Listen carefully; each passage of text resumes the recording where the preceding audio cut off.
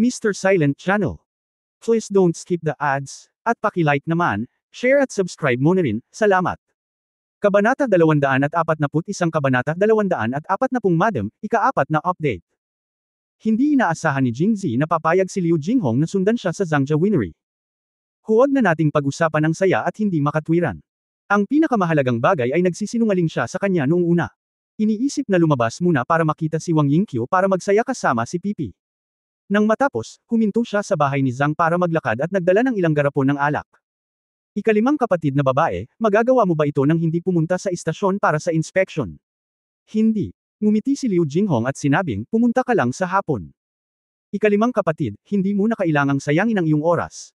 Ano ang silbi ng pagkuha ng garapon ng alak? Tumahimik ka. Pinandilatan siya ni Liu Jinghong, bakit, kung ayaw mo akong pumunta, may gagawin ka bang kaiya-hiya? Paano? Matuwid na sinabi ni Jingzi, ikalimang kapatid na babae, huwag masyadong mag-isip, iniisip lang ng kapatid ko. Ayokong isipin mo, gusto kong isipin ko. Napagpasyahan ko talagang aibok itong winery ngayon. Nabalitaan ko na may magandang babae sa winery, at gusto ko ring imulat ang aking mga mata. Parang umiiyak si Jingzi. May nunal at nakansela ang plano. Maaari lang nating dalhin si Liu Jinghong sa Zhangja Winery. Para naman kay Wang Yingqiu, mukhang kailangan nating maghintay hanggang sa umalis si Liu Jinghong sa hapon. Ikalimang ate, alis na tayo. Malungkot na sabi ni Jingzi. Okay. Tumigil kaagad si Liu Jinghong pagkasabi niya ng isang salita. Sinunod ng ina ni Wu ang mga tagubilin ni Liu Jinghong sa madaling araw at lumabas para bilhan siya ng isang set ng mga damit na may mga simpleng kulay at estilo. Sa oras na ito, suot ni Liu Jinghong ang mga ito. Ibinaba niya ang kanyang ulo at tila hindi nasisiyahan. Sandali lang, magpapalit ako ng damit. Pagkasabi nun ay tumakbo na siya palabas. Kailangan bang magdala ng garapon ng alak at magpalit ng damit? Umiling si Jingzi at nag-isip. Pagkaraan ng ilang sandali, lumabas si Liu Jinghong, suot ang magagandang damit gaya ng kahapon. Nang makita ito ni Jingzi, nagulat din siya. Dati kasi, kahit nagpalit ng damit si Liu Jinghong, hindi siya naglalagay ng makeup sa mukha, siguro dahil sa kumpiyansa sa sarili o dahil tamad siyang mag-makeup, kaya laging nakahubad ang mukha. Ngunit ngayon ay bahagya na siyang naglalagay ng pulbos, ang kanyang mga kilay ay kasing hubog ng mga wilo, at ang kanyang manipis na mga labi ay bahagyang may tuldok na pula. Ang kulay ay magaan ngunit kaakit-akit. Fairy version 2.0. Napabuntong hininga si Jingzi. Ano? Alam ni Fairy Liu Jinghong, ngunit hindi alam ng 2.0. Ayaw magpaliwanag sa kanya ni Jingzi, ngumiti lang siya at sinabing, ang ibig kong sabihin ay napakaganda ng ikalimang kapatid na babae, mas maganda pa sa diwata.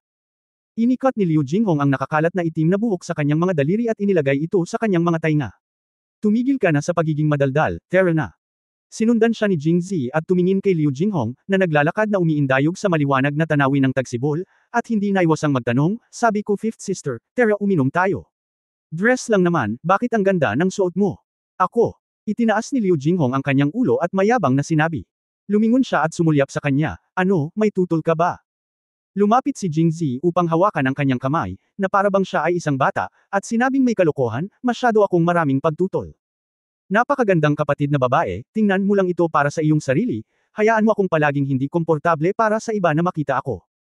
Ang mga mata ni Liu Jinghong ay puno ng tubig sa bukal, at iniunat niya ang kanyang kamay upang kamot ng buong pagmamahal sa ilong ni Jingzi, okay, hahayaan ko na lang na makita mo ito mula ngayon. Ngunit pagkatapos ay matigas ang kanyang mga mata. Ngunit hindi ngayon.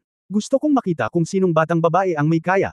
Ilang araw pa lang nandito si Zierko at sobrang nahuhumaling na sa kanya. Hindi ako kontento na kasama siya sa bahay at pilit na mauubos. Kilalanin siya. Ngayon, nandito ako para makipagkita sa kanya. Naikuyong ni Liu Jinghong ang kanyang mga kamao, puno ng galit ang kanyang mga mata.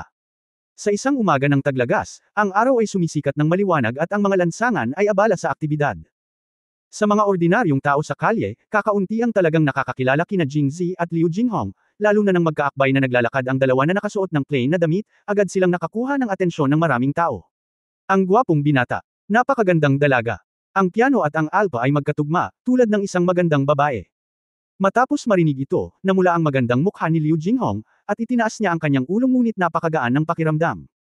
Si Jingzi, sa kabilang banda, ay tinitigan ng masama ang taong nagsalita, ikaw ang B-person. Please, kung may accent ka, huwag ka masyadong magsalita ha. Habang naglalakad sa kalye, biglang huminto si Liu Jinghong. Lumingon si Jingzi at nakita ang isang maliit na tindero na nagbebenta ng mga alahas sa kalye. May iba't ibang hikaw, hairpins, bracelet at iba pang maliliit na alahas sa stall, na sobrang nakakasilaw at parang hiyas. At tinitigan sila ni Liu Jinghong, kumikinang ang kanyang mga mata. Ikalimang kapatid na babae, hindi ba dapat mahilig ka sa mga espada at mga bagay na tulad niyan? Kinagat ni Liu Jinghong ang kanyang labi, tila umaagos ang dugo, at gusto niyang kagatin si Jingzi. Si Liu Jinghong ay hindi pa nagsusuot ng mga ito dati. Siya ay isang general na nasa larangan ng digmaan sa loob ng maraming taon, kaya tila hindi siya angkop na magsuot nito. Naisip din niyang isusuot niya ito para sa anong layunin at kanino niya ito dapat ipakita. She does like swords, but that's because wala talaga siyang choice. Sinong babae ang hindi naghahangad ng kagandahan sa kanyang puso? Ngunit kung siya ang hilingin na bilhin ang mga ito ng mag-isa, tiyak na mapapahiya siya. Nasa malapit na si Jingzi. Kung bibilhin niya ang mga ito para sa kanyang sarili, mainam na ilabas ang mga ito kapag bumalik siya sa Liangzhou sa hinaharap. Ngunit ang taong ito ay napakasuklam na wala siyang ideya. Habang iniisip niya iyon, lalo siyang nagalit at sinipa si Jingzi. Sa sobrang takot ni Jingzi ay mabilis siyang tumawa at sinabing, "I'm kidding you, fifth sister. Tara na at bumili ng alahas. Narito si Young Master at Madam para bumili ng alahas." Matamis ang bibig ng tindera at agad na tumayo nang makalapit ang dalawa. Nakangiting bati. "Young Master, Madam." Ang titulong ito. Lumingon si Jingzi para tingnan si Liu Jinghong. Nakita niyang namumula ang mukha nito, ngunit hindi ito tumanggi. Nang makitang nakatingin si Jingzi sa kanya, lumingon siya sa gilid. Kulay pink din ang makatarungang leeg nito at sa likod ng tenga nito. Ang cute niya bigla. Ito. Nagulat muli si Jingzi. Posible bang mayroon din siyang ideyang ito? Biglang naisip ni Jingzi na sa dalawang gabing kasama niya ito sa kama, sa tuwing sinusubukan nitong tumanggi ngunit ibinabalik ang pabor. Kung dahil lang sa pagmamahal sa kanyang nakababatang kapatid, hindi sana magiging ganito siya. Ibig sabihin lang nito ay dapat nasa puso niya ang ideyang ito, ngunit marahil ay hindi niya ito alam. Pero si Jingzi lang ang nakakaalam. Ang kanyang kapatid na babae ay walang kapantay sa kagandahan, at mahal na mahal siya nito. Paano magiging handa ang gayong kapatid na babae na payagan silang magpakasal sa iba sa hinaharap? Hehe, paano kung? Anong tinatawa-tawa mo? Tinapik siya ni Liu Jinghong, tingnan natin kung alin ang mas maganda. Nakapili na pala si Liu Jinghong ng ilang hairpins at hikaw at inilagay sa ulo niya, hinahanap ang opinyon ni Jingzi. Hoy, ang ganda mo sa kahit anong suot mo. Ngayong nakilala na sila ng vendor bilang mag-asawa, hindi na niya tatawagan ang kanyang kapatid sa ngayon para maiwasan ang kahihiyan para sa lahat. Wala sa hugis. Pero halatang sobrang saya ng mukha niya. Tiningnan ng vendor ang eksenang ito at gustong bigyan ng thumbs up si Jingzi. Kahanga-hanga ang bibig na ito. Pumili si Liu Jinghong ng isang pares ng crystal clear inverted earrings at hiniling kay Jingzi na isuot ito sa kanya at hayaang umindayog ang mga ito sa kanyang mga tainga. Pagkatapos ay pumili siya ng isang blood red platycodon flower hairpin. Nagkusa si Jingzi na kunin ang hairpin na nakakalat sa kanyang balikat, at ginamit ang hairpin upang itali ito at ipasok ito ng pauil sa kanyang umaagos na itim na buhok. Sinasalamin ng sikat ng araw ang anino ng dalawang tao sa lupa, dahilan para maging tahimik at maganda ang mga ito. Kabanata 242. Ikaw ba ang may-ari ng hardin? Unang update. Ang pera ay natural na binayaran ni Jingzi, kaya kailangan mo pa ring magkaroon ng ganitong sentido komon. Suot ang hikaw at hairpin na ibinigay ni Jingzi, si Liu Jinghong ay nasa napakagandang mood. Para siyang isang ordinaryong babae sa daan, humihinog ng hindi kilalang mga himig at tumatalon pa sa ilang na eskinita. Hindi napigilan ni Jingzi na mapabuntong hininga na si General Jinghong, na kasing lakas ng bakal, ay mayroon ding anak na babae. Gayunpaman, siya lamang ang nakakakita sa panig na ito. Iniisip ko ito, napakasarap ng pakiramdam ko. Maya-maya, dumating na silang dalawa sa Zhangja Winery. Ang paggawa ng mga espiritu ay nasa tamang landas. Hindi nakialam si Jingzi, ngunit sa ilalim ng operasyon ni Zhang Zuoxian, ang gawaan ng alak ay tumatakbo sa maayos na paraan. Maging ito man ay ang maharlikang negosyo sa Andi o ang pagbebenta ng mga espiritu sa iba pang malalaking hotel at brothel, maingat na pinlano ni Zhang Zuoxian ang lahat. Sa pagtingin sa mga tindero mula sa mga pangunahing tindahan sa labas ng gawaan ng alak na dumating upang bumili ng alak, naisip ni Jingzi sa kanyang sarili, Zhang Family The Winery, natatakot ako na ito na ang numero 1 gawaan ng alak sa Jingzhou. Hindi, Angguo. Sa puntong ito, wala pa si Zhang Zu. Dinala muli ni Jingzi si Liu Jinghong sa bahay ni Zhang, at tiningnan si Naginang. Zhang at Zhang Xiaoyo. Kumatok sa pinto at pumasok. Si Zhang Zuoxian ay nasa bakuran. Nang makita si Jingzi, ibinuka niya ang kanyang bibig sa pananibik, at nakita si Liu Jinghong na mukhang isang engkanto sa likuran niya, at ang kanyang mga salita ay natigil sa kanyang bibig. Jing, pamangkin. Tito, pumunta ako sa bilihan ng alak para hanapin ka, nang makita kong wala ka, hinanap kita sa bahay. Tumango si Zhang Zuoxian, oy, nitong mga nakaraang araw, ang mga dating tumatangging bumili ng aming maputik na alak ang lahat ng mga tindero ay lumapit sa akin upang makipag-ugnayan sa akin para bumili ng mga espiritu. Masyado silang abala kaya tumakbo sila pauwi. Oh, paano ito hinarap ni Tito? Si Zhang Zuoxian ay nagtimpla ng napakaraming alak dahil sa panlilinlang ni Su Jinping. Bilang resulta, wala sa mga garapon ang maaaring ibenta, at lahat ng mga lumang customer ay tumanggi na iligtas ang mga ito. Ngunit ngayong nabuhay na muli ang Zhangja Liquor Shop, dumarating muli ang mga lumang customer na may pagdila sa kanilang mga mukha, bumibisita at humihiling na bumili ng mga spirit. Talagang hindi ibinebenta, kung hindi, bakit ka magtatago dito? Tumango si Jing Zi, lubos na sumasang-ayon. Bumalik na ang pamangkin. Narinig din ni Mrs. Zhang at Zhang Xiaoyu ang balita at tuwang-tuwa silang tumakbo palabas. Gayunpaman, nang makita nila si Liu Jinghong sa likod ni Jing Zi, ang kanilang mga ekspresyon ay kapareho ng kay Zhang Zuoxian, at sila ay natigilan. Pagkaraan ng ilang sandali, nagtanong si Ginang. Zhang, sino ang babaeng ito?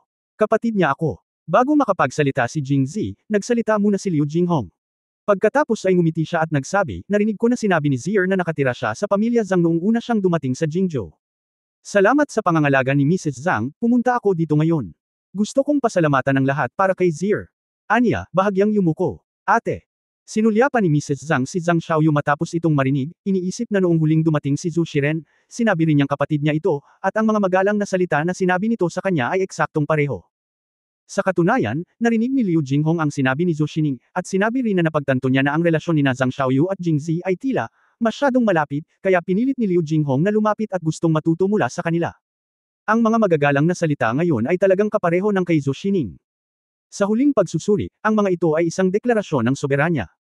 Kapatid ko siya, at kung aalagaan mo siya, inaalagaan mo rin ako.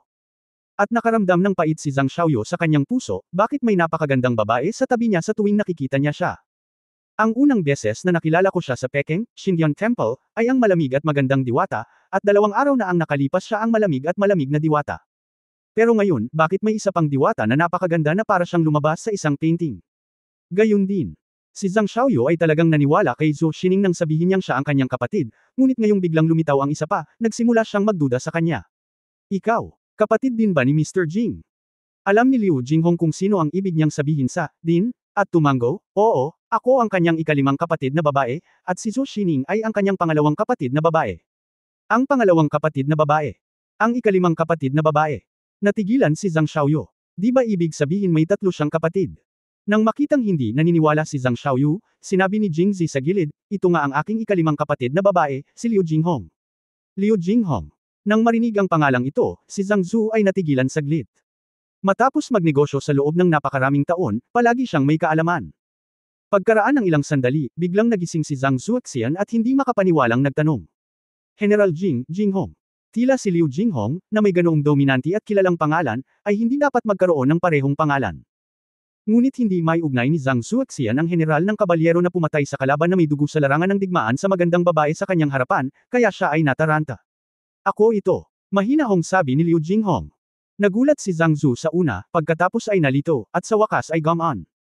Noong opisyal si Jing Wenmao sa Jingzhou, nabalitaan niya na ang pamilya Jing ay nag-ampon ng ilang mga anak na babae.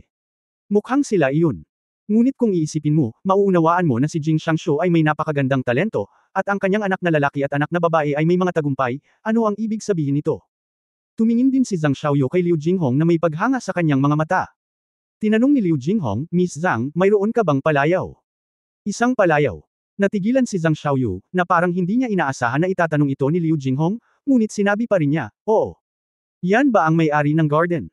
Naguguluhan pa rin si Jing Zi nang magtanong si Liu Jinghong ng ganoong kakaibang tanong, ngunit nang marinig niya ang salitang, may-ari ng hardin, agad na nagdilim ang kanyang mukha.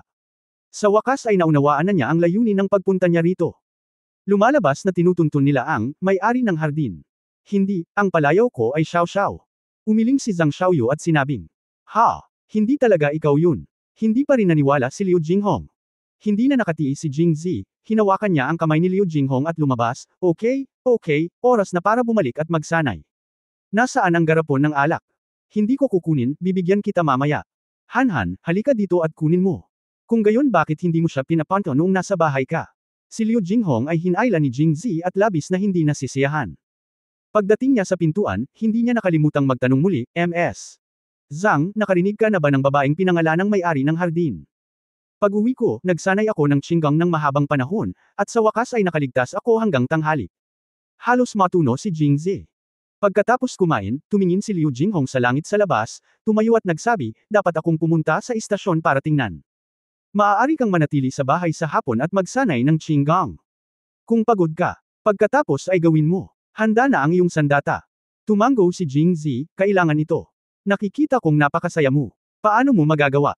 Umiling si Jingzi at sinabing may malungkot na tingin sa mukha. Labis na nalungkot si Zier na hindi niya makita ang ikalimang kapatid sa buong hapon. Talaga? Bakit ka tumatawa? Hindi. Matuwid na sinabi ni Jingzi, malinaw na napakalungkot. Dahil malungkot si Zier, bakit hindi ako lumabas? Well, fifth sister, sa tingin ko ay medyo nagmamadali ka pa rin. Mukhang hindi na ako nalulungkot. Chapter 243 Tinatawanan mo ba ako? Ikalawang update. Sa wakas ay pumunta si Liu Jinghong sa kampo, at si Jingzi ay halos tumawa ng malakas. Tumingin siya sa labas at nakita niyang mahinahon ang hangin at tirek pa rin ang sikat ng araw. Nagpaplano pa rin siya sa kanyang isip na kapag hindi sumagot si Liu Jinghong sa isang quarter ng isang oras, tatakas siya. Sa huli, sa loob ng 10 minuto, maayos na siya. Dahil nandito ang pangalawang kapatid niyang si Zhou Xining. Si Zhou Xining ay dumating dito mag-isa, nang hindi tumatawag ng karwahe, at naglakad sa ilalim ng araw ng mahabang panahon, na may butil ng pawis sa kanyang mukha. Second sister, bakit ka nandito? Inilabas ni Zhou Xining ang kanyang eye silk na panyo upang panasan ang kanyang pawis, at pagkatapos ay inilibot ang kanyang mga mata kay Jingzi, bakit, parang ayaw mo akong sumama? Well, hindi. Huminahon si Jingzi, pangalawa ate, dapat katatapos mo lang pumunta sa court, di ba? Bakit hindi ka bumalik at magpahinga sandali? Zhu. Pumasok si Xining sa kwarto at umupo, nagbuhos ng isang tasa ng herbal tea. Medyo pagod na ako pero pag nakikita ko si Zier parang hindi na ako pagod. Siya nga pala, nakasalubong ko ang iyong ikalimang kapatid na babae sa kalsada at sinabi na nagsasanay ka ng Qinggang kamakailan at hiniling sa akin na pumunta at kumuha ng. Tingnan mo. Ang apoy at tubig ba ay hindi magkatugma?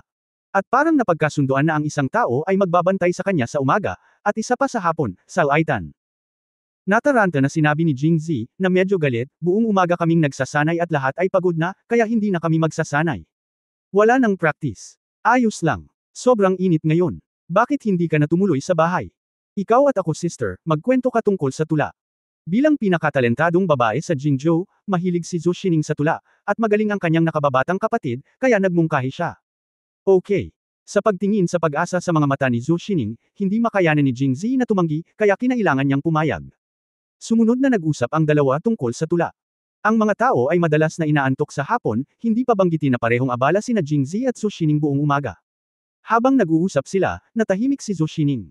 Nilingaw ni Jingzi ang kanyang ulo at tumingin, nalaman lamang na nakatulog siya habang nasa braso ang kanyang unan. Isang mahinang halo ng liwanag ang bumungad sa kanyang mukha sa pamamagitan ng siwang ng pinto, na nagpamukha sa kanya na mainit at mapayapa. Dahan-daang tumayo si Jingzi, iniunat ang isang kamay mula sa ilalim ng kanyang mga binti, at inilagay ang isa pang kamay sa kanyang likod upang kunin ang prinsesa. Sa kanyang pagtulog, mahinang umungol si Zhou Xining, nanginginig ang kanyang katawan, at ang kanyang mga mata ay nagbukas ng isang makitid na biyak. Nang makita niyang si Jingzi iyon ay muling nag-relax ang kanyang katawan. Pagkatapos ay natural na pumulupot ang kanyang mga kamay sa leeg ni Jingzi at hinayaan siyang dalhin siya sa kama. Tila sa oras na ito lamang siya makakapag-iidlip ng walang prinsipyo. Ibinaba siya ni Jingzi at gustong bumangon, ngunit niyakap ni Zhou Xining ang kanyang leeg ng napakahigpit, sinadya man o hindi. Ilang beses niyang sinubukan pero hindi natuloy. Sa huli, ngumiti na lang siya nang walang magawa at sabay na humiga. Kalimutan mo na, natatakot akong hindi ako makalabas ngayon. Tumigil siya sa pag-iisip tungkol dito, yamakap kay Zhou Xining at nakatulog. Nakatulog ako ng matagal. Sa dilim, parang nangangati ang dulo ng ilong ko, parang mainit na hininga ang bumubulusok sa mukha ko. Binuksan ni Jingzi ang kanyang mga mata at nagkataong nakita si Zhou Xining na nakahiga wala pang 10 sentimetro sa kanyang harapan, nakatitig sa kanya ng malalaking kumikislap na mga mata.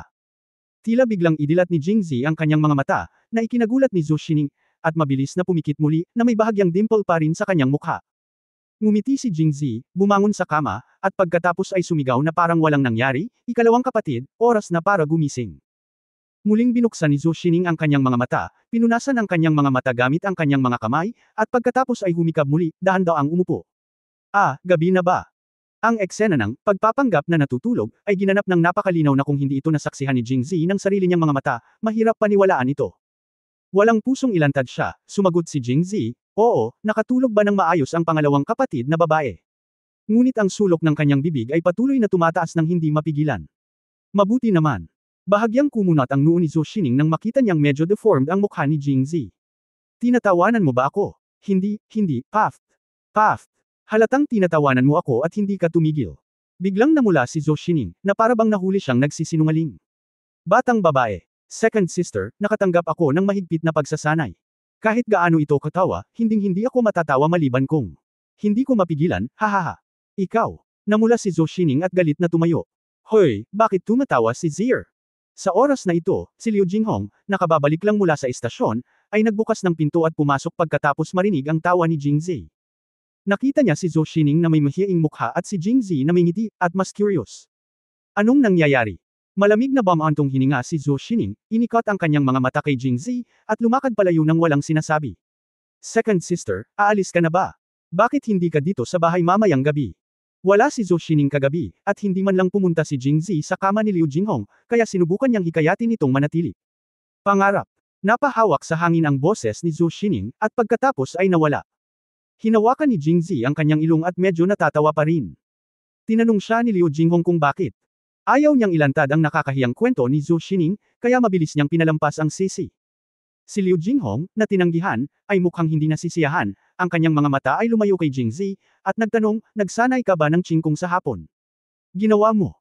Paanong si Jingzi, na nakakaramdam ng nakamamatay na aura mula kay Liu Jinghong, ay maglakas loob na sabihin iyon? Hindi nagsasanay.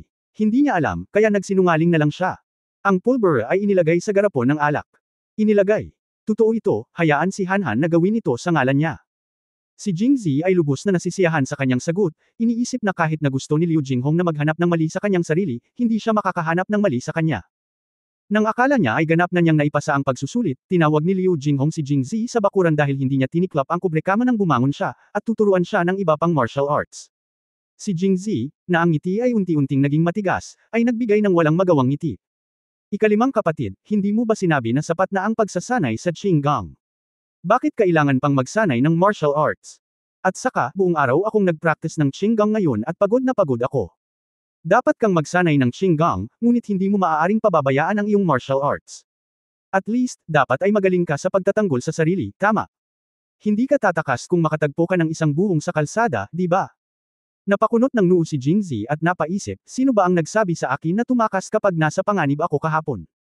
At saka, kung hindi kayang talunin ni Hanhan ang isang babae, posible bang hindi niya matalo ang isang rogue?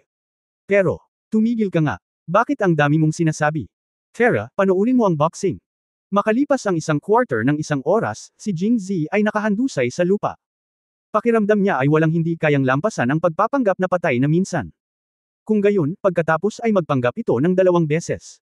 Bilang isang guro, si Liu Jinghong ay masyadong seryoso. Ang mga suntok ay tumama sa laman, at halos mapaiyak si Jingzi. Anong uri ng puot o hinanakit? Sa gabi, ang mas masakit kay Jingzi ay pinili na naman ni Liu Jinghong na matulog mag-isa. Bago pumasok sa bahay, sinabihan niya si Jingzi na huwag kalimutang bumangon ng maaga bukas para magsanay.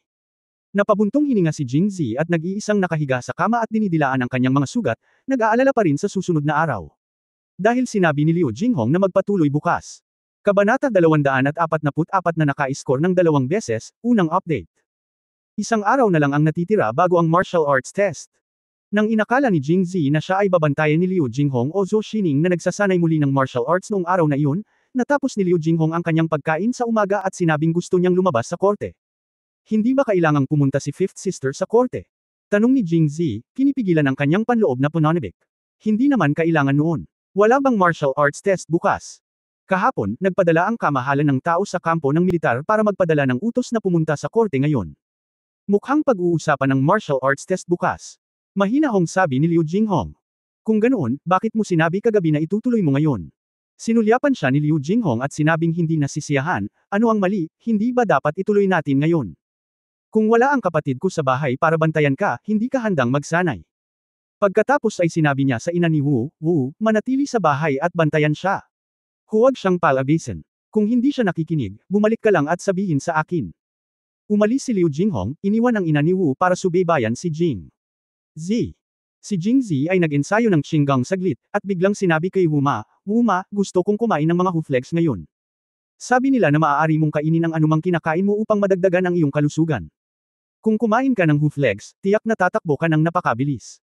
Mas gagaling ka sa pagsasanay sa Qinggang. Tumango si Wuma matapos itong marinig, sige, lalabas ako at bibili ng mga hooves. Pero hindi madaling bumili. Kailangan mong makilala ang tamang butcher. Kung ganito, Nanay Wu, bilasan mo. Late akong aalis. Hindi. Pero sabi ng panglima mong kapatid na babae. Nako, hindi pa rin makapaniwala si Mother Wu kay Zier. Huwag kang mag-alala, sa bahay ako magsasanay. Okay. Nag-isip sandali si Nanay Wu at sa wakas ay pumayag. Hindi dapat tumakbo si Zi, kung hindi, sisisihin niya si Liu Jinghong sa kanyang pagbabalik. Paulit-ulit na tumango si Jingzi.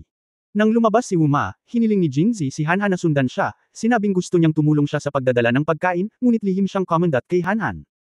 Kung naiintindihan ba niya ito, hindi ito isinasaalang-alang ni Jingzi. Wu. Umalis si Ma Jingzi gamit ang kanyang paa sa harapan at lumabas ng pinto gamit ang kanyang likod na paa. Pagdating sa Wakshan dumiretso ako sa itaas gamit ang pamilyar na ruta. Ang mga alagad sa hardin ay nasanay na sa ganito. Guro ng hardin, narito ako. Tulala si Wang Yingqiu na nakaupo sa harap ng mesa.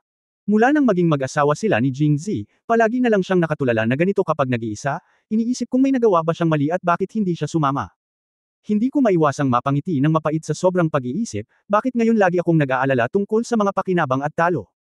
Saan napunta ang malulutong at maayos na Wang Yingqiu? At binalaan ang sarili na bilang isang babae, dapat ay nakalaan siya. Ngunit nang makita niya si Jingzi na pumasok sa silid, hindi na siya nakapagpigil at biglang tumayo. Para bang na-realize niya na hindi siya dapat ganito, kinagat niya ang kanyang mga labi, umupo at sinabing, naaalala mo pa ba na pumunta ka? Siyempre naaalala mo. Makakalimutan mo ang lahat, ngunit hindi mo makakalimutang pumunta sa aking home master. Gaya ng sinabi niya, lumapit siya para iyakap ang mga balikat ni Wang Yingqiu at sinabi sa kanya ang tungkol sa paghahanda para sa pagsusulit sa martial arts. Nang yakapin niya si Wang Yingqiu, sumuko siya at humiga sa balikat nito, madalas na tumatango, nang walang pag-aalinlangan na naroon siya. Sa pagpapatuloy ng usapan, unti-unting uminit ang silid. Binuhat ni Jingzi si Wang Yingqiu sa baywang at naglakad papunta sa inner boudoir.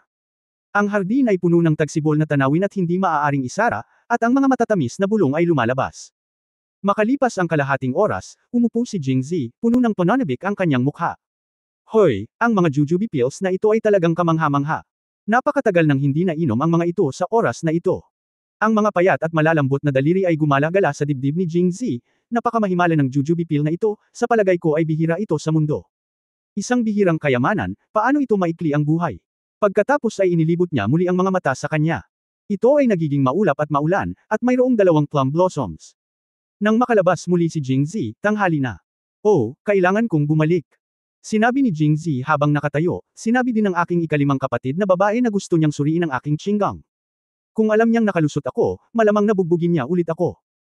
Umupo din si Wang Yingqiu, hindi nasiyahan, sinabi niya, napakagaling mo kapag binubuli mo ako, bakit hindi mo gamitin ang enerhiyang iyon sa kanya?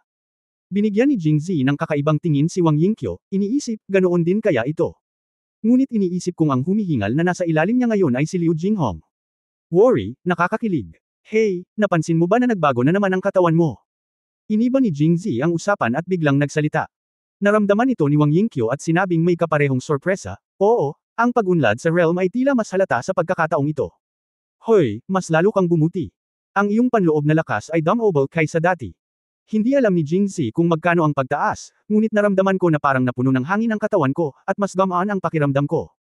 Mukhang kailangan kong makipag-usap ng higit pa sa may-ari ng hardin sa hinaharap.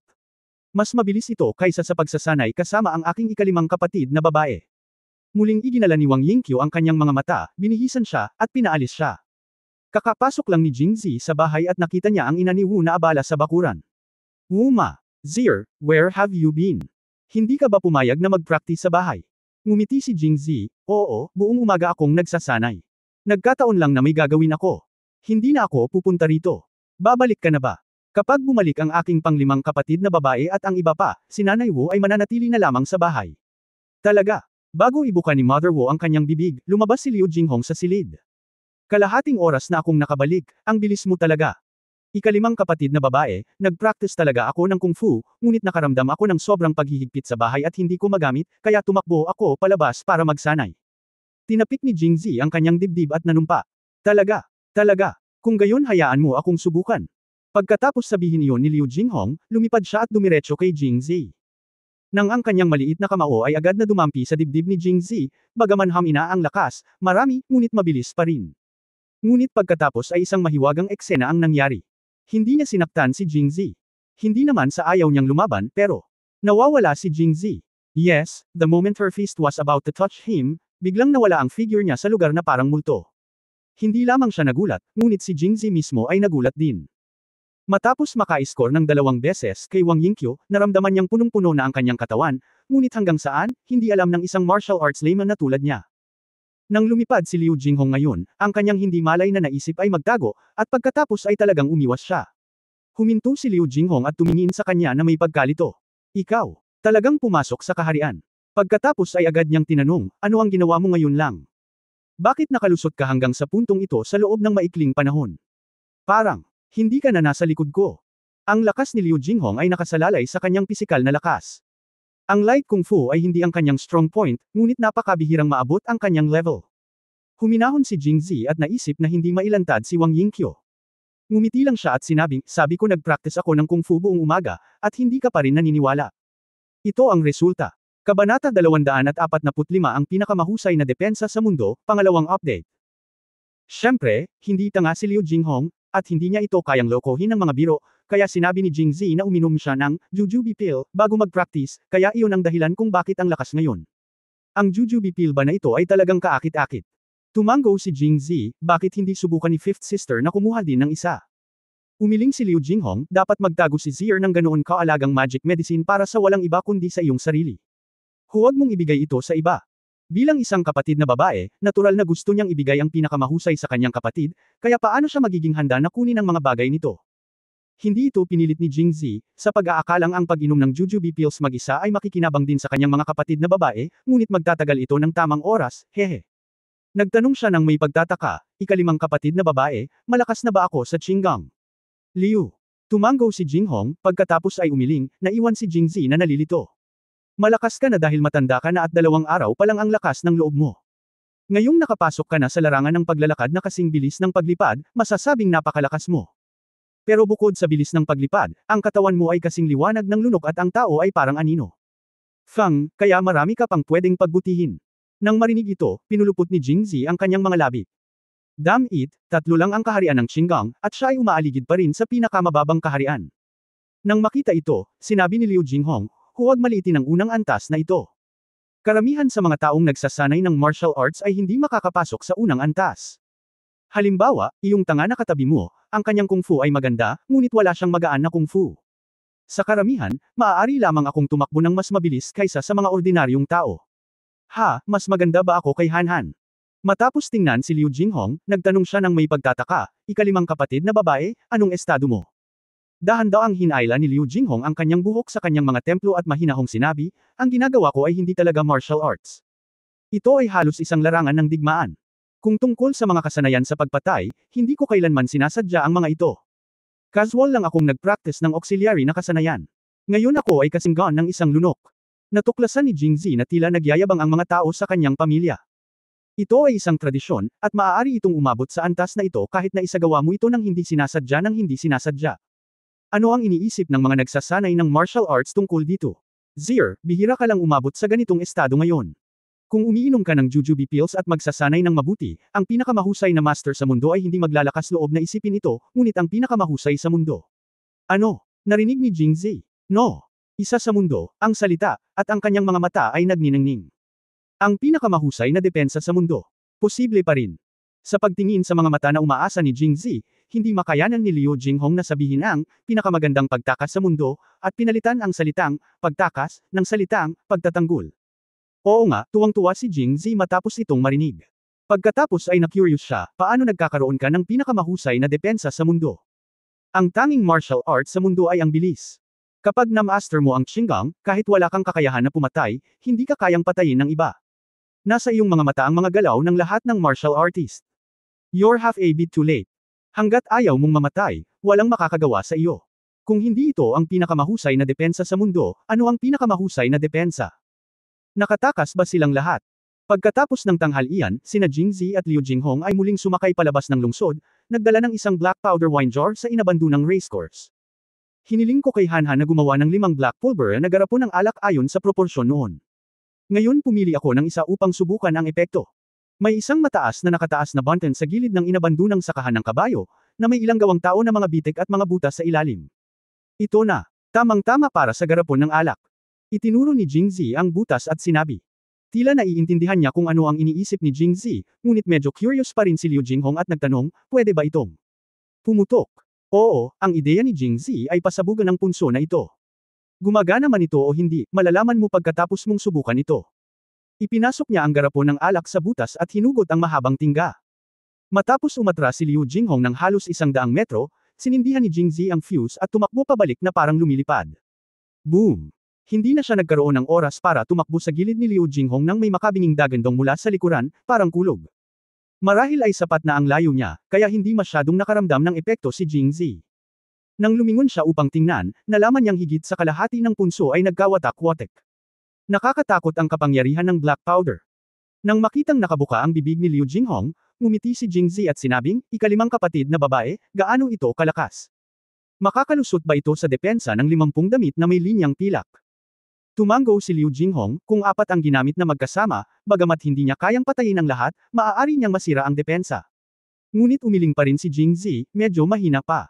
Liu. Medyo umaasa na sabi ni Jinghong.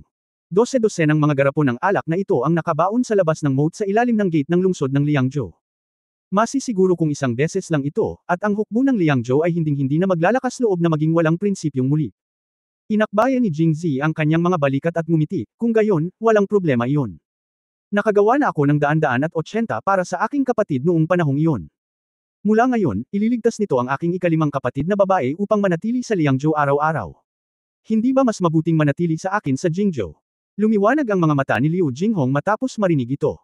Pagkatapos ay ikinulong niya ang kanyang mga labi at sinabi, huwag magsalita ng malalaking salita, dapat mong talunin ang Silver Thread Army bukas at pagkatapos ay pag-usapan ito. Kung si Jingzi lang ang makakalagpas sa depensa ng 50 Silver Thread Army, mukhang hindi na talaga niya kailangang labanan at patayin pa siya. Pag-uwi, hiniling ni Jingzi kay Hanhan na gumawa ng 4 pang bagay para matiyak na walang nangyaring masama. Gayunpaman, ang itim na pulbos sa 4 na garapon ng alak ay kailangang hammered ng higit pa at mas malakas. Hiniling din niya kay Hanhan na pumunta sa tindahan ng panday sa lungsod, maghanap ng maraming sirang bakal, martilyo ito sa garapon ng alak, at gumamit ng iba't ibang kulay na takip upang paghiwalayin ang mga ito sa 2 uri. Ang unang uri ay itinuturing na isang maginoo na armas. Ang pangalawang uri ay mga sandatang nuclear. Kung magiging normal ang lahat bukas, sapat na ang mga nakasanayang armas. Ngunit kung masyadong mayabang si Qi Junhuang, hindi niya iniisip na gumamit ng nuclear weapons para turuan siya ng leksyon. Pagkatapos kumain, pumasok ka sa loob at maghintay na lang ng madaling araw. Kinabukasan, maagang bumangon si Jingzi. Nang itulak niya ang pinto at lumabas, nalaman niyang mas maagang bumangon si Zhou Xining kaysa sa kanya at nakarating na sa bahay, na may bahagyang pagmumukha ng dugo sa kanyang mga mata. May hawak siyang bagong robe sa kanyang mga braso, at sinusundan din siya ng katulong na si Xiang Ji. Zier, suotin mo ito ngayon. Oh! Kinuha ito ni Jingzi at bumalik sa bahay. Ito ay isang snow white straight-breasted robe. Napakaganda ng kurtina ng damit. Nakatali ito sa baywang na may malawak na sinturon na may puting buwan na mga pattern ng ulap. Ang palda at cuffs ay bordado ng Tengyuan auspicious pattern na may royal blue silk thread, at itinutugma din sa indigo. Ang makukulay na pantalon at brocade na bota ay hindi lamang chic ngunit maayos din pagkatapos suotin ang mga ito. Kung gusto mong maging gwapo, magsuot ka ng puti. Higit pa rito, si Jingzi mismo ay napakagwapo, at kapag ipinaray sa gayong puting robe, napakagwapo niya. Pagkasuot nito ay tumayo siya sa tabi ng salamin at tumingin sa paligid, kahit na medyo nalalasing siya. Zier, pinalitan mo na ba? Sa oras na ito, ang boses ni Zhou Xining ay nagmula sa labas ng bahay. Kasya ba ito? Hindi natapos ang pagsasalita ni Jingzi, ngunit binuksan niya ang pinto at lumabas. Kabanata 246 na Royal Hunting Ground, ikatlong update. Ang estranghero ay parang Jade, at ang young master ay walang kapantay sa mundo. Iyon marahil ang iniisip ni Zhou Xining sa sandaling ito. Mukhang maganda ba? Itinaas ni Jingzi ang kanyang ulo at nagtanong sa boses. Hindi sumagot si Zhou Xining, ngunit kitang-kita ang crescent moon sa kanyang mga mata. Napakaganda nito, young master. Si Xiang Ji na katabi niya ay hindi na masyadong reserved at sumigaw ng malakas. Haha, ang ating mga bida ay may katulad na pananaw. Sabihin ko sa iyo, 30% ng dahilan kung bakit napakaganda mo ay nakasalalay sa iyong ugali at 70% sa iyong hitsura. Nang marinig ito, nagpout si Xiang Ji at hindi naiwasang magsabi ng ilang salita para sa kanyang binibini. Ngunit agad na sinabi ni Jingzi, para sa natitirang 89%, depende ito sa robe na ito. Agad na sumimangot si Xiang Ji, hayaan mong sabihin ko sa iyo, napuyat ang ginang para gawin itong robe para sa young master. Hindi man lang gaanong nakatulog, at inihatid ito sa akin ng personal kinaumagahan. Kung walang pakialam ang young master kay Miss Nayan, hindi papayag si Xiang Ji. Xiang Ji. Sinulyapan siya ni Zhou Xining at hindi nasisiyahang sinabi, anong kalokohan ang pinagsasabi mo? Trabaho ko bilang kapatid na manahin ng damit para kay Zier. Isuot mo na lang. Bakit hindi ka nagseselos? Kinagat ni Xiang Ji ang kanyang mga labi at walang sinabi. Pagkatapos ay muli siyang nag-isip at sinabing nagtataka, "Oy, 3 dagdag 7 at 89, hindi ba 79% lang iyon? Ang 10% na iyon ay dahil lang sa natatakot akong maging proud ka." Ngumiti si Jingzi at lumapit para hawakan ito. Ang mga kamay ni Zhou Xining ay puno ng pagmamahal at sinabi niya, "Ikalawang kapatid na babae, hindi mo kailangang magtrabaho ng husto. Ang mga damit na ginawa mo para sa akin noong nakaraang araw ay malinis pa rin, at maganda ang hitsura nito." Zhu. Umiling si Xining, "Iba ito, saka it's okay. Para magsuot ito ng normal, ngunit ngayon kasama ang kanyang kamahalan, ang Crown Prince, ang Third Prince ng Southern Xi at ang Minister of Civil and Military Affairs na naruroon, dapat magmukhang mas nakasisilaw si Zier. Ang kanyang talento at pagkatuto ay higit sa iba, miyembro siya ng Zhongshosh, at magaling pa siyang manahi ng mga damit. Kung sino man ang makakapagpakasal sa pangalawang kapatid na babae sa hinaharap, siya ay mapalad." Pagkatapos sabihin iyon, tumingin siya kay Zhou Xining, ngunit tumingin si Zhou Xining sa kanya. Bakas sa mga mata niya ang hiya at hinanakit. Sinabi ni Xiangzi sa tabi niya, "Young Master, sa palagay mo ba ay kasing swerte mo ang lahat? Talagang mas mahusay ang husay ng aking binibini sa pananahi ng mga damit kaysa sa maraming sastra. Ngunit abala ang dalaga kapag weekdays kaya wala na siyang panahon para magbihis ng sariling damit. Gawin mo. Hahanap ako ng oras para manahi para sa Young Master." Ang mga damit na ginawa ng dalaga ay kay Young Master. Nagsalita si Xiangzi na parang machine gun na parang nagrereklamo tungkol sa kanyang binibini. Lalong naantig si Jingzi matapos itong marinig. Hawak ang kamay ni Zhou Xining, puno ng init ang mga mata. "Mag-empake ka na at humanda ka sa pag-alis." Sa oras na ito, bumalik si Liu Jinghong mula sa labas. Dahil ang pagsubok sa militar ngayon ay nangangailangan ng Silver Thread Army na pumasok sa lungsod, nag-aalala si Emperor An na magdudulot ito ng panik kung makita ito ng mga ordinaryong tao, kaya hiniling niya kina Liu Jinghong at Sui Shouyuan na pamunuan ang 50 sundalo ng Silver Thread Army sa madaling araw kapag walang tao sa kalsada. Pumasok sa lungsod at pamunuan ang daan para sa kanila. Nangunguna daw sila, pero sinusubaybayan talaga nila. Dinala sila ni Liu Jinghong sa isang lugar at bumalik. Pagpasok niya sa pinto, nakita niya sina Jingzi at Zhou Xining na magkahawak kamay, at muli silang nagpout, "Pumayag silang ibigay siya sa akin sa pananatili nila sa Jingzhou, bakit nila ginawa ito ng palihim?" Galit na galit. "Ikalimang kapatid, tingnan mo, ito ang mga damit na ipinatahi sa akin ng pangalawang kapatid na babae sa magdamag. Ano ang pakiramdam nila? Mukha ba itong maganda?" Gustong sabihin ni Liu Jinghong na, mukhang hindi maganda, ngunit ang nagsuot ng damit ay ang pinakamamahal niyang kapatid. Kasabay nito, naramdaman ko na si Jingzi ngayon ay kasing banayad ng jade at nagliliwanag. "Well, mukhang maganda. Tingnan mo, kahit si Miss Fifth ay iniisip na maganda ito." Buong pagmamalaking sinabi ni Xiangzi, "Ang galing talaga ng craftsmanship ng babae ko." Napaawang ang mga labi ni Liu Jinghong, nag-iisip na gumawa ng isang bagay para kay Jingzi. Tila ang usapin ng mga espada at mga espada sa isang silid ay dapat ilagay sa agenda. Pagkatapos ng casual na pagkain ay nag-walk out ang grupo ng mga tao. Bumalik si Liu Jinghong na may dalang karwahe na ipinadala mula sa palasyo. Si Zhou Xining ay sumakay sa karwahe kasama si Jingzi, habang si Xiangzi ay direktang bumalik sa mansyon ng punong ministro. Para naman kay Liu Jinghong, na nakasuot ng armor, naisip niya ito at sa wakas ay sumakay siya sa kanyang kabayo at nanguna. Napakabagal ng takbo ng karwahe. Akala lang ni Jingzi ay dahil sa katatagan ng driver. Nang buksan niya ang kurtina at tumingin sa labas, nagulat siya nang makita niya, nasaan ang daan patungo sa palasyo. "Ikalawang kapatid, hindi ba ito ang daan patungo sa palasyo?" "Siyempre hindi." Bahagyang sinabi ni Zhou Xining, "Hindi ba't sinabi mo sa kanyang kamahalan sa korte ilang araw na ang nakakaraan na maghanap ng bakanteng lugar para makipagkumpetensya sa martial arts? May ibig sabihin napakalaki ng palasyo, pumili ka lang ng desyerto na lugar. Dahil ito ay isang martial arts fight, hindi maiiwasan ang mga bukol at mga pasa. Ang palasyo ay ang tirahan ng emperador, paano tayo makakalaban ngayon sa Jingzhou?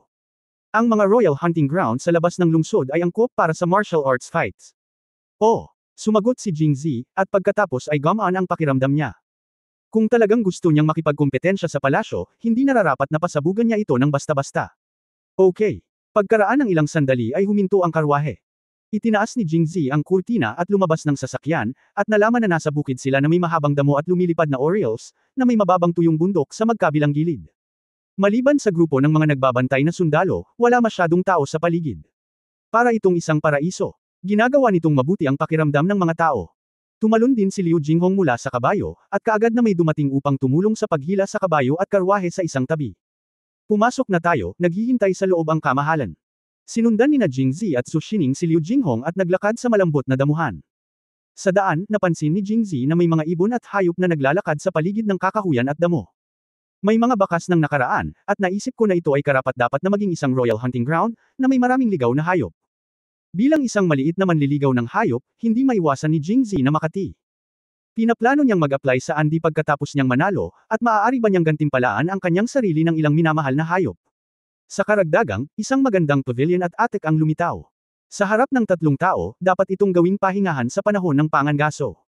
Kahit na ang lugar ay hindi masyadong malaki, ito ay nagpapalabas ng isang malakas na kapaligiran ng hari. May mga kawal na nagbabantay sa pinto. Mukhang matagal nang dumating si Emperor An. Nasa harap si Liu Jinghong at nasa likod si Zhou Xining. Natural na nakilala sila ng gwardya at tinawag silang General Jinghong at Zhou Shiren, at narinig ang boses ni Sui Shouyuren na nagmumula sa loob. Si General Jinghong at Zhou Shiren ba ang dumating?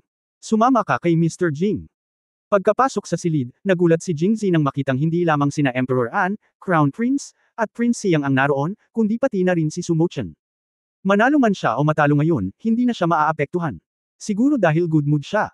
Siya ay nakadamit ng isang mayaman na damit, bahagyang naglalagay ng makeup, nakatayo doon ng tahimik, nakasisilaw. Nang tumingin si Jingzi, si Su Mochen ay nagkataong nakatingin din sa kanya, na tila binigyan siya ng isang mapagmataas na tingin. Napatingin siya sa 2 kapatid na nasa tabi niya. Kahit na ang kanilang hitsura ay katulad ng sa kanya, dahil si Liu Jinghong ay nakasuot ng armor at si Zhou Xining ay nakasuot ng opisyal na uniforme, sila ay mas mababa sa kanya sa mga costume. Lalong tumaas ang sulok ng bibig ni Su Mochen. Kabanata 247 Huwag magpadala ng mga tao, mga kabayo lamang, ika-4 na update. Bukod sa kanila, Protector of the Country Yu Sheng, Grand Tutor Bai Qingyuan, Prime Minister Zhu Tong, Minister of War Wu Xianyong, Hanlan University Scholar Song Beiyan at isang grupo ng mga ministro na hindi niya kilala. Nakatayo sa kaliwat kanan. Ang mga taong ito ay may iba't ibang pag-iisip. Sa palagay ko maliban kay Zhu Tong na talagang nag-aalala kay Zhou Xining at gustong manalo si Jingzi, lahat ng iba ay maaaring may kanya-kanyang iniisip. Nakarating na rin si Qi Junguang sa posisyon sa tabi ni Emperor An, nakatingin kay Jingzi ng hindi magiliw na tingin, at may malamig na kasiyahan. Tila ang pangatlong prinsipe ng Southern Qi ang tinamaan niya ng husto. Tiyak na sinubukan niya ang lahat upang patayin siya ngayon, upang maipaghiganti ang kanyang kahihiyan. Haha, natatakot akong ma-disappoint ulit siya. Nang makita si Jingzi na pumasok sa silid, tiningnan siya ni Emperor An mag-isa at nagtanong, Jingzi, handa ka na ba? Kamahalan, hindi.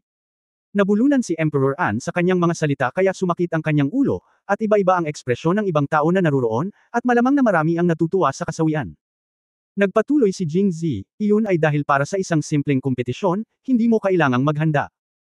Si Qi Junguang, nakakangiti lang at hindi nagsimulang magyabang, ay biglang nanlamig doon.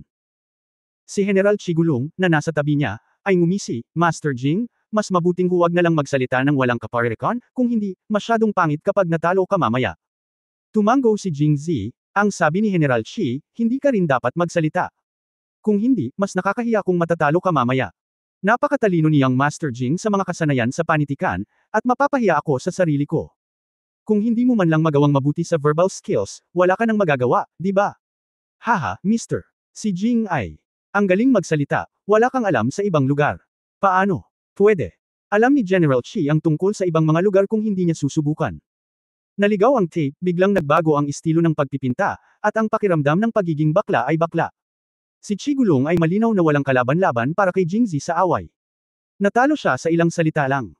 Bukod dito, hindi sinunod ni Jingzi ang sentido komon. Maging ang tila normal na mga paksa ay tila may negatibong tono nang magsalita siya. Galit na galit si Qi Gulong-gulong na muntik na siyang mamatay sa lugar. Sa katunayan, medyo nag-alala si Andy nang makita niyang papasok si Jingzi na walang dala. Ngunit nang makita siyang casual na nakikipag-away kay Qi Gulong, naramdaman kong hindi siya lalaban sa isang hindi handa na labanan, at medyo gamaan ang pakiramdam. Si Su Mochen, na nakaupo sa tabi niya, ay nakakunot ang kanyang mga mata sa crescent moons na may ngiti. Napakasira pa ng bibig niya, pero sobrang gusto ko. Bagamat handa niyang panuurin si Jingzi na nakikipag-away kay Qi Junguang at sa iba pa, magiging mahirap itong gawin, kaya nag-ambala sila ni Emperor An sa takdang panahon. Jingzi, nagdala ka ba ng mga armas? Tumango si Jingzi, bumalik sa kamahalan, sa kotse. Oh, dalhin mo agad at makita ng lahat. Sa totoo lang, hindi lang si Emperor An, kundi pati lahat ng naruroon. Lalo akong na-curious kung anong mga armas ang magagamit ni Jingzi para sirain ang depensa ng Silver Thread Army. Sa katunayan, ang Yinluyi ay hindi magagapi, kung hindi ay nolipol na nila ang lahat ng mga bansa sa paligid. Pagkatapos ng lahat, si Yinluyi ay may napakahusay na depensa laban sa mga arrow at iba pang mga armas na itinapon mula sa malayo, ngunit isang malapit na pag-atake, ang Yinluyi clothes ay mahirap ding harangan. Gayunpaman, sinabi ni Jing Zi na kaya niyang lampasan ang depensa ng 50 Silver Thread Army ng mag-isa, na medyo kalokohan. Gumamit man siya ng pana, lalo pa ang makapangyarihang pana na may bigat na higit sa 5 bato, tinitingnan ng kanyang maliit na katawan, kahit na kumuha siya ng higit sa 1 bato, lahat ay mahihirapan, kaya may mga nanunood ng saya, at mayroon ding mga natutuwa at naghihintay na makita siyang gumawa ng kalokohan. Kamahalan, pumunta at kunin ito, General. Sa oras na ito, lumabas si Sui Shouyuren. Totoong tinutulungan niya si Jing Zi, ngunit mas totoo na gusto niyang makita ng sariling mga mata ang sandata. Lumapit si Jing Zi at nagsabi ng ilang salita sa tainga ni Sui Shouyuren, pagkatapos ay kinulong ang kanyang mga kamay at sinabing, kung gayon, tutulungan ko si General Sui. Tumango si Sui Shouyuren at naglakad palabas, ngunit mas lalo siyang naguluhan. Iba ang kulay ng takip. Naghanda din ng 2 armas. Ngunit, anong uri ng sandata ito na may takip? Lumabas ang isang nalilitong Sui Shouyuren, at makalipas ang ilang sandali, bumalik ang isang nalilitong Sui Shouyuren na may dalang 4 na garapon ng alak na natatakpan ng puting parisukat na tela. Pagkatapos, natahimik ang bulwagan, at lahat ay nakatingin sa 4 na garapon ng alak, nag-iisip. Ahem. Si Andy, na orihinal na nagsabi sa kanyang sarili na, maniwala kay Jing Zi at manatiling kalmado, ay hindi makaupo. Jing Zi, bakit ka nagdala ng 4 na garapon ng matapang na alak? Kahit gusto mong magdiwang, masyado pang maaga. Tama. Nagdiwang. Napangisi si Qi Junguang matapos itong marinig. Posible bang alam ni Mr. Jing na talagang matatalo tayo, kaya nagdala siya ng matapang na alak para ipagdiwang natin? Pagkatapos sabihin ito, siya at si Qi Gulong sa tabi niya ay humagalpak sa tawa. Malamig na tiningnan siya ni Jing Zi, at pagkatapos ay sinabi kay Emperor An, kamahalan, hindi ito matapang na alak, ngunit isang sandata. Armas. Sa sandaling lumabas ang mga salitang ito, naging maingay ang bulwagan. Si Emperor An ay walang imik na siya ay napaso sa labas at malambot sa loob, habang si Qi Junguang ay walang pakialam sa kanyang imahe at tumawa ng malakas kaya napahawak siya sa kanyang tiyan. Mr. Jing, kung tama ang hula ko, baka gusto mong gamitin itong 4 na garapon ng matapang na alak para malasing ang 50 Silver Thread Army natin, at pagkatapos ay masira ang kanilang mga depensa, tama ba? Pagkatapos na sinasabi, kahit si Anguo marami sa mga ministro dito ay namumula at hindi komportable. Bagamat sinabi ni Jing Zi na siya ay nasa kanilang panig, sa sandaling ito, nadama nila na ang pahayag ni Qi Junguang ay mas maaasahan. Sila rin ay may sapat na kaalaman, at nakarinig na sila ng iba't ibang armas kahit na hindi pa nila ito nakita, ngunit ang sandata ng garapon ng alak na ito ay may malaking epekto sa kanila. Ikinalat ni Jing Zi ang kanyang mga kamay, sana kapag natapos na ang pagsusulit sa martial arts, ang ikatlong prinsipe ay makakangiti pa rin ng napakasaya. Nabulunan si Qi Junguang at tumayo, okay, dahil sobrang tiwala ni Mr. Jing, huwag na tayong tumigil. Sayang ang oras, makipagkumpetensya tayo ngayon. Mukha siyang excited at sabik na subukan. Ngunit muling ikinaway ni Jing Zi ang kanyang kamay, teka. Anong mali? Lalabas na sana si Qi Junguang, ngunit napahinto siya nang marinig niya ang mga salita ni Jing Zi. Third Prince, para hindi masira ang kapayapaan, maaari bang magpadala lamang ang iyong Silver Thread Army ng mga kabayo sa labanan at hindi ang mga tao sa kompetisyon mamaya? Pansamantalang tanong ni Jing Zi. Hindi nagpapadala ng mga lalaki, mga kabayo lang. Then the hell tinatawag pa rin ba itong Silver Thread Army? Tawagan mo na lang si Yin Luma. Halos magmura si Qi Junguang, Master Jing, kung natatakot ka, bakit hindi na lang aminin ang pagkatalo ngayon at iwasan ang mga ganitong masasamang ideya? Ang napagpasyahan namin noon ay sisirain mo ang depensa ng Silver Thread Army, at ngayon ay bigla mo akong hiniling na ilikas ang mga tao. Anong ibig mong sabihin sa pagbaba? Hindi nagalit si Jing Zi at magiliw na sinabi, ikatlong prinsipe, huwag kang masyadong mag-isip, iniisip ko lang na hindi madali para sa iyo na sanayin ang 50 tropang pilak na sinulid. Isa lang itong pagsubok sa martial arts. Kung papatayin mo silang lahat, hindi sulit. Ang paggamit ng pinakakalmang tono at pagbigkas ng mga pinaka-nakakabaliw na salita ay ang perpektong paraan upang ilarawan si Jing Zi sa sandaling ito. Sa oras na ito, kakaiba ang hitsura ni Minister Anguo. At malapit nang sumabog si Qi Junguang. Chapter 248, Duel with Qi Gulong, First Update. Yabang, yabang talaga. Walang paraan upang gawing tanga ang iyong sarili. Your Highness, hihilingin ko sa iyo na lumaban ka ng personal mamaya, tingnan natin kung ano talaga ang kaya niya. Mula noong sinaunang panahon, ang emperador ay hindi nababahala tungkol sa mga betang. Bagamat hindi pa eunuch si Qi Gulong, hindi naman siguro siya malayo, di ba? Kaya lang nagalit si Qi Junguang at nang sumakit ang kanyang puso, atay, pali, baga at bato, hindi niya maiwasang tumalon palabas. Kung wala si Andy at ang iba pa, sa kanyang nag-aapoy na init ng ulo, siya ay tumalon at pinagalitan si Jing Zi dapat ay pinalo niya si Jing Zi na pagkain. Tumingin si Jing Zi sa kanya ng mahinahon at umiling, nabalitaan ko na si General Qi ang pinakamakapangyarihang mandirigma sa Southern Qi, tama ba? Mas mabuting magpaalam. Kung hindi, magiging malungkot si Nanchi kung mamatay ka. Wala akong lakas ng loob na sumbatan ka. Bakit mo ako sinumpa hanggang kamatayan sa harap ko? Lumabas si Chigulong sa isang hakbang. Sa sobrang takot ni Jingzi ay napaatras siya at tinignan siyang mabuti. Napakalaking boss. Kung may kakayahan kang magsalita, ano ang kakayahang gamitin ang iyong mga kamay? Gayunpaman, gusto lang siyang takutin ni Chigulong. Paano siya mangangahas na kumilos sa harap ng napakaraming tao at kasama si Liu Jinghong? Kamahalan, hihilingin kong makipag-away ng personal mamaya. Kung ito ay isang galit na pahayag lamang ngayon, kung gayon si Chigulong ay seryoso tungkol dito ngayon. Halatang galit na galit si Chi Junguang, ngunit hindi siya agad pumayag, dahil sa kanyang palagay ang 50 laban sa isa ay sapat na para mabuli ang isang tao. Kung naglaro pa si Chigulong, buhay pa kaya si Jingzi? Sa halip, sinulyapan niya si Jingzi at sinabing, Master Jing, nangangahas ka bang pumayag? Hindi. Umiling si Jingzi at seryosong sinabi, natatakot akong patayin siya. Talagang, masama kung mamatay siya. Huminga ng malalim si Chigulong, pagkatapos ay tumingin kay Emperor An. Kamahalan Emperor An, hinihiling kong gumawa ng deklarasyon ng buhay at kamatayan. Hindi ba natatakot si Mr. Jing na mamatay ako? Bueno, gagawa ako ng deklarasyon ng buhay at kamatayan. Kahit anong aksidente ang mangyari sa akin, hinding-hindi ako magrereklamo. Tapos sabi niya ng malakas. Sinulyapan niya si Jingzi at sinabing, gayunpaman, walang mata ang mga kamao at paa. Ang buhay at kamatayan ay nasa langit. Kung may mangyari kay Mr. Jing, wala itong kinalaman sa akin. Okay. Nanguna si Jingzi bago makasagot si Emperor An. Maaari akong mag-issue ng utos ng militar. Ngunit mayroon akong isang kondisyon. Sabihin. Ang hitsura ng biyena ni Jingzi ay labis na ikinalungkot ni Chigulong. Ibig sabihin, si General Chi ay maaaring pumunta sa labanan, ngunit ang iba pang 50 Yanxiu troops ay exempted, dahil si General Chi lamang ay nagkakahalaga ng 50 Yanxiu troops, tama ba? Okay. Hindi man lang ito inisip ni Chigulong. Pumayag naman ako pagkatapos mag-isip. Kung pupunta siya upang labanan, pabayaan ang Silver Thread Army, maaari pa niyang gamitin ang kabayong pandigma at patayin siya gamit ang isang daliri. Kahit na nakikita niya na ang panloob na lakas ni Jingzi ay bumuti ng husto sa loob lamang ng 3 araw, kumpara sa kanya, malayo pa rin ito. Pagkatapos sabihin iyon, nanguna si Chigulong at lumabas. Hindi na siya makapaghintay pa. Sa totoo lang, hindi hinayaan ni Jingzi na sumabak sa labanan ng 50 tropa ng Silver Thread, hindi dahil sa nagpapakita siya, kundi dahil sa akala niya ay nakikipagkompetensya lang ang lahat at ayaw niyang makasakit ng mga inosenteng tao.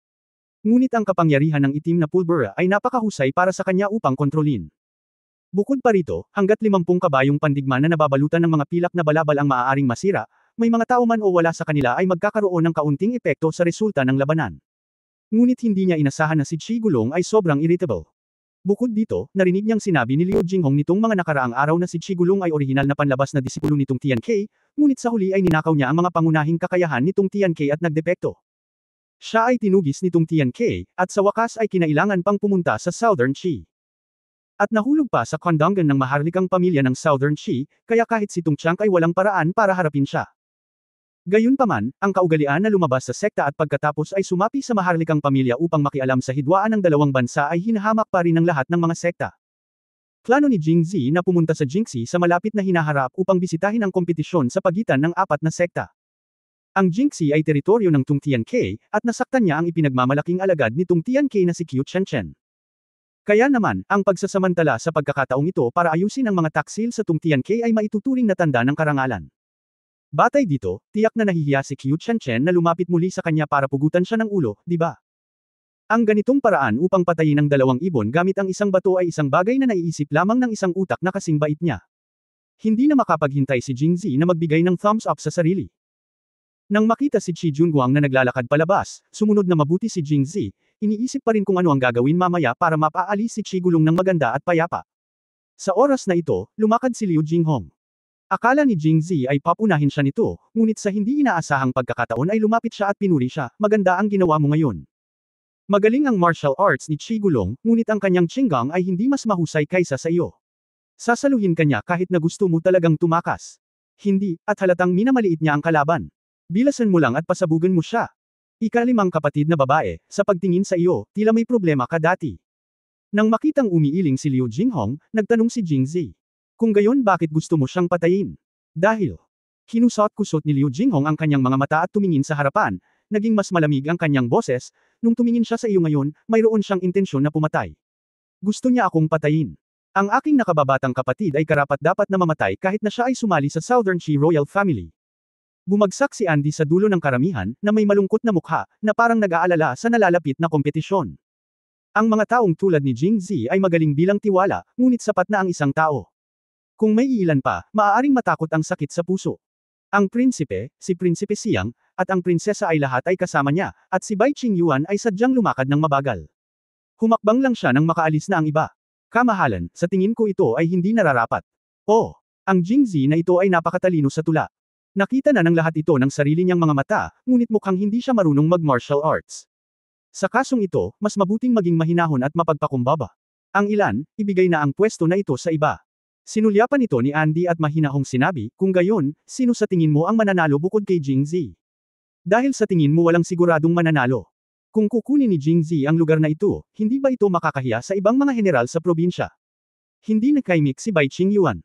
Pagkaraan ng ilang sandali, marahas niyang sinabi, kahit nakunin niya ang lugar na ito, hindi na niya siya dapat i-provoke muli. Kung matalo kami, ano ang mangyayari sa mukha ni Angwo? Kung gayon ano ang dapat kong gawin? Nang marinig ito ni Bai Qingyuan, isang kislap ng pagmamalaki ang sumilay sa kanyang mga mata, kamahalan, kung siya ay matalo. Kung natalo siya, wala kang dapat sabihin. Oo, kapag natalo siya, mawawala si Jing Zi, kaya ano pa ang masasabi niya? Kung talagang nanalo siya, matutuwa ako, pero maling diskarte lang yan at hindi dapat i-advocate. Tama rin na bigyan siya ng parusa para maging halimbawa. Kung gayon, anong uri ng parusa ang sa tingin ni Bai Aiking ay mas angkop? Si Bai Qingyuan ay naghihintay para sa pangungusap na ito. Ngunit nagpanggap pa rin siyang nag-isip sandali, at pagkatapos ay dahan-dahang sinabi, pagkatapos ng Mid-Autumn Poetry Festival, nais ng kanyang kamahalan na magbigay ng opisyal na posisyon kay Jing Zi. Ang parusa para sa kanya ay ang opisyal na posisyon na ibinigay sa kanya ay dapat na mas mababa kaysa sa ikalimang ranggo. Kabanata 249 na takot na saktan ang kanyang kamahalan, pangalawang update. Si Emperor An ay nagkaroon ng bagong pagkaunawa sa mukha ni Bai Qingyuan. Nanalo si Jing Zi sa unang pwesto sa Mid-Autumn Poetry Club at gumawa ng magagandang tagumpay, ngunit wala pa siyang oras para gantimpalaan siya. Kung maaari siyang manalo sa pagsusulit sa martial arts ngayon, ito ay higit na merito sa ibabaw ng merito, at dapat siyang gantimpalaan ng isang espesyal na gantimpala. Ngunit si Bai Qingyuan ay nakaisip ng mga paraan para mapababa ang mga reward para sa iba. Napakunot ng noo si Su Mochan sa tabi niya pagkatapos marinig ito, at iniisip pa rin ang ugali ni Jing Zi, papagalitan ba niya ang kanyang ina pagkatapos marinig ito? Malaki ang posibilidad na mangyayari ito. Hindi siya magiging mahinang magsalita dahil lang si Bai Qingyuan ay isang matandang lalaki sa edad na 60 at kalahating nakabaon sa lupa. Ang pinakamalamang na paraan na gagawin niya ay ang direktang ipadala si Bai Qingyuan sa lupa. Sa pag-iisip ng posibilidad na ito, talagang may ngiti si Su Mochan sa kanyang mukha. Nakita niyang seryoso ang mukha ni Emperor An at hindi niya alam ang isasagot. Kaya't ngumiti siya at sinabing, Ama, hindi makatwiran ang sinabi ni Teifu Bai, ngunit hindi ito imposible. Maghintay tayo hanggang matapos ang pagsusulit sa martial arts. Ang iyong kamahalan ay matalino. Napatingin si Bai Qingyuan kay Su Mochan nang may pasasalamat, ngunit hindi siya inaasahan. Matutulungan ko siyang magsalita sa oras na ito. At medyo nagulat si Emperor An. Narinig niya na may magandang relasyon sina Jing Zi at Su Mochan. Since she said that, she must have a reason, kaya tumanggaw siya at naglakad palabas. Bumagsak si Prince Siang sa dulo, sumulyap kay Bai Qingyuan, at sinundan siya palabas ng may malaking kasiyahan. Nakahinga ng maluwag si Bai Qingyuan at lubos na nasisiyahan. Ang kailangan niyang gawin ay ang inoculate si Andy ng maaga at ipaalam sa kanya kung ano ang naisip niya. Hindi niya maibigay kay Jing Zi ang isang opisyal na posisyon na masyadong mataas. Siyempre, naramdaman niya ngayon na maaaring hindi makaligtas si Jing Zi sa pagsusulit sa martial arts. Sa pagtingin sa ekspresyon ni Chigulong ngayon, natatakot siyang papatayin siya ng sarili niyang mga kamay. Well, sana hindi siya naging malambot ang puso. Umalis si Chigulong sa bahay at pumunta sa open area sa labas ng hunting ground. Sa mga patlang sa magkabilang panig, sa isang tabi ay naroon ang 50 tropa nilang may sinulid na pilak, nakasuot ng pilak puting pilak na sinulid na damit at mukhang marilag. Sa kabilang panig ay ang mga personal na gwardya ni Angwo at ang Jinghong Iron Cavalry. Ang mga personal na gwardya ay walang espesyal, ngunit ito ang unang pagkakataon na nakita ni Chigulong ang Jinghong Iron Cavalry. Nakakatakot ang mabangis na aura na lumabas sa kanila. Si Chigulong ay mukhang naiinggit. Ang lakas ng Silver Thread Army ay nasa kagamitan nito, habang ang lakas ng Jinghong Cavalry ay nasa pisikal na lakas nito. Pagdating sa individual na labanan o head-on combat sa larangan ng digmaan, pinapahiya ng Silver Thread Army ang mga kalaban nito. Gaano kaganda kung mayroon akong ganoong pangkat ng mga tao sa ilalim ng aking pamumuno. Bumaba na kayong lahat.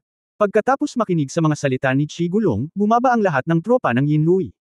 Ang Deputy General sa harap ay nagtanong ng may pagtataka, General, hindi ba magsisimula ang pagsubok sa militar mamaya? Bakit gusto mo akong maghintay para bumaba? Maghintay ka mamaya. Hindi mo na kailangang umakyat, ako mismo ang gagawa. General, hindi mo kailangang mag-alala, isang tao lang ang kinakaharap namin, kahit siya si Liu Jinghong, hindi kami natatakot sa 50 tao. Pinuprotektahan ng mga damit na may sinulid na pilak, ang tenyente ay nagsalita ng may kumpiyansa. Ikanaway ni Chigulong ang kanyang kamay, hindi naman sa hindi ako naniniwala sa iyo, ngunit ang bibig ng lalaking iyon ay masyadong mabangis. Nagpa siya akong lumabas at patayin siya ng personal. Matapos marinig ang pahayag na ito, hindi na sinabi ng Deputy General. Tumayo si Chi Junguang sa likod at tinawag si Chigulong sa mahinang boses. General Chi, hindi ka makakagawa ng aksyon mamaya. Ha? Anong ibig mong sabihin, kamahalan? Kung hindi siya makakilos, bakit siya nagkagulo at naglabas ng utos ng militar? Talagang mananalo tayo sa pagsusulit sa martial arts na ito. Sa oras na iyon, papakasalan ko si Zhu Shiren, at ang relasyon kay Ang Guo ay hindi magiging masyadong tensyonado. Kung talagang kikilos si General Chi, magiging kalunos-lunos ang pagkamatay ni Jing Zi, at ang epekto nito ay masyadong masama. Gayunpaman, paulit-ulit niya akong pinahiya, at hindi na siya papayagang mabuhay. Medyo nalito si Chigulong. Tumanggi siyang hayaan siyang gawin ito, at tumanggi siyang hayaang mabuhay si Jing Zi. Ano ang dapat niyang gawin? Paano ito gagawin? Si General Chi ay nasa larangan ng digmaan sa loob ng maraming taon, kaya hindi niya alam ang maraming paraan upang pumatay ng mga tao nang hindi kumikilos, tama ba? Halimbawa, may punto si Chi Junguang, at biglang idinilat ni Chigulong Mautay ang kanyang mga mata. Oo, siya ay nagmamaneho ng 50 kabayong pandigma ng mag-isa, at pagdating ng oras, siya ay direktang lilipad patungo kay Jingzi. Saan kaya siya nagtago? Pagkatapos ay sinabi nila na ang mga kuko ng kabayo ay walang mata at hindi mapigil, at dahil sila ay pumirma ng isang sertipiko ng buhay at kamatayan, walang sinuman ang maaaring sisihin sa kanila. Kaya nagkatinginan sina Chi Gulong at Chi Junguang at ngumiti, puno ng mali siya. At si Jingzi ay hindi na nag-alala, at inilabas ang 4 na nuclear weapons sa karwahe. Kahit na si Chi Gulong ay may mahusay na kasanayan sa martial arts, kung siya ay kuskusin ng 4 na garapon ng alak na ito, siya ay maaaring mamatay o ma-disable. Nang ilabas niya sa kotse ang 4 na garapon ng alak na natatakpan ng pulang parisukat na tela, nagkaroon ng maraming talakayan. Mukhang naramdaman ni Jing na hindi sapat ang 4 na garapon ng matapang na alak. Pagkatapos ay magdagdag ng 4 pang garapon at tingnan kung lasing si Chi Gulong. 8 garapon ng matapang na alak, pati na si Chi Gulong, ay magpapalalasing maging sa kabayo. Gayunpaman, tila iba ito sa nakaraang 4 na altar. Hoy, baka mas mataas ang isang ito. Binabati kita, Ministro Wu. Haha. Ang ministro ng digmaan na si Wu Xianyong ay nakikipag-chat sa isang grupo ng mga ministro. Ang kanyang mga salita ay puno ng paghamak kay Jingzi. Bilang isang general na namamahala sa ministry ng digmaan, hindi niya lubos na inisip si Jingzi. Sa kabaligtaran, sa kanyang mga mata, si Jingzi ay parang isang patay na tao, ngunit hindi niya alam kung paano siya namatay. Pero aliw na aliw pa rin ako. Dahil sa kanya, ang aking anak na si Wu Yong ay ginahasa ng mahistrado, ang kanyang anak na babae ay napilitang putulin ang relasyon, at ang kanyang apo ay pinugutan ng ulo. Hindi pagmamalabos na sabihin na siya ay may matinding puot kay Jingzi. Lahat ng tao sa court pinagsama-sama, hindi kasing ganda ng siya lang ang nagnanais na mamatay si Jingzi. Nakakita si Jingzi ng ilang maliliit na kariton sa paligid ng lugar ng pangangaso, na tila ginagamit sa pagtanggal ng mga damo. Marami ring lanta at dilaw na mga damong nakatambak sa malapit. Hiniling ni Jingzi kay Sui Shuyiren na magpadala ng taong magtutulak ng isa para sa kanya. Pagkatapos ay 8 garapon ng alak ang inilagay sa itaas at konektado sa mga wire. Sa wakas, maraming tuyong damo ang nakatambak sa labas ng mga garapon ng alak. Dahil sa operasyong ito, mas naging tanga ang lahat. Naghahatid ng alak sa pamamagitan ng cart. Ngunit ano ang ibig sabihin ng pagtatakip ng mga damo? Si Chigulong sa kabilang banda ay parehong natuwa nang makita niya ang eksenang ito. Nakasakay siya sa isang kabayong pandigma at nakatayo sa likod ng iba pang 49 na kabayo na nakadamit ng mga damit na pilak. Hawak niya ang isang mahabang letigo at naghihintay lang ng simula, itinaas niya ang kanyang letigo at pinaandar ang kabayo ng diretso kay Jingjing. Niyurakan ni Zi ang nakaraan. Bamulong ng ilang salita si Emperor An kay Sui Shuyiren na may malungkot na mukha. Dumating si Sui Shuyiren sa gitna ng field ng kompetisyon, tumingin sa kanilang dalawa at nagtanong, handa na ba kayong lahat? Okay. Ang kabayo ni Chigulong ay nauuhaw na. Maghintay. Isang pamilyar na boses ang muling tumunog, at napakunot ang noo ng lahat. Ano ang kaguluhan? Kamahalan, hindi ka maaaring narito. Itinuro ni Jingzi si Emperor An na wala pang 50 metro ang layo sa kanya at sinabi. Kung gayon saan ako pupunta? Mukhang nalilito si Emperor An. Saglit na nag-isip si Jingzi, pagkatapos ay itinuro ang bahay na kalalabas lang nila sa layo na halos 200 metro ang layo at sinabing, kamahalan, mangyaring ipasok ang mga tao sa bahay. Nagkaroon ng katahimikan sa karamihan, at dahan-daang nagtanong si Emperor An, bakit mo gustong pumasok? Ngumiti si Jingzi, dahil ang sandata na gagamitin ko mamaya ay masyadong makapangyarihan, at natatakot ako na ang kanyang kamahalan ay lalapit at saktan siya. Kabanata 250 Halika dito. Ikatlong update. Nakita ng lahat ang pagmamayabang. Ngunit ito ang unang pagkakataon na nakakita sila ng isang tulad ni Jingzi na mahilig magyabang at maaaring magyabang na parang walang nangyari noong malapit na siyang mamatay. Bumalik ka sa loob. Hindi ba dahil ayaw niyang makita siya ng iba na gumagawa ng kalokohan sa malapitan? Kaya tumayo si Wu Xianyong at matuwid na sinabi, kamahalan, hindi ka na makakabalik sa bahay. Sinulyapan siya ni Emperor An at walang sinabi. Kamahalan, kinakatawan ni Mr. Jing ang ating anggo upang labanan si Chigulong. Malaki na ang puwang sa lakas. Sa oras na ito, dapat tayong tumayo at magsaya para sa kanya. Sabi ni Wu Xianyong na may damdamin, na parabang para kay Jing ang lahat. Sa pangkalahatan ay iniisip ni Zi. Ikanaway ni Jingzi ang kanyang mga kamay at nakangiting sinabi, pinasasalamatan ko ang iyong kabaitan, ngunit hindi na kailangang sumigaw para sa paghihikayat.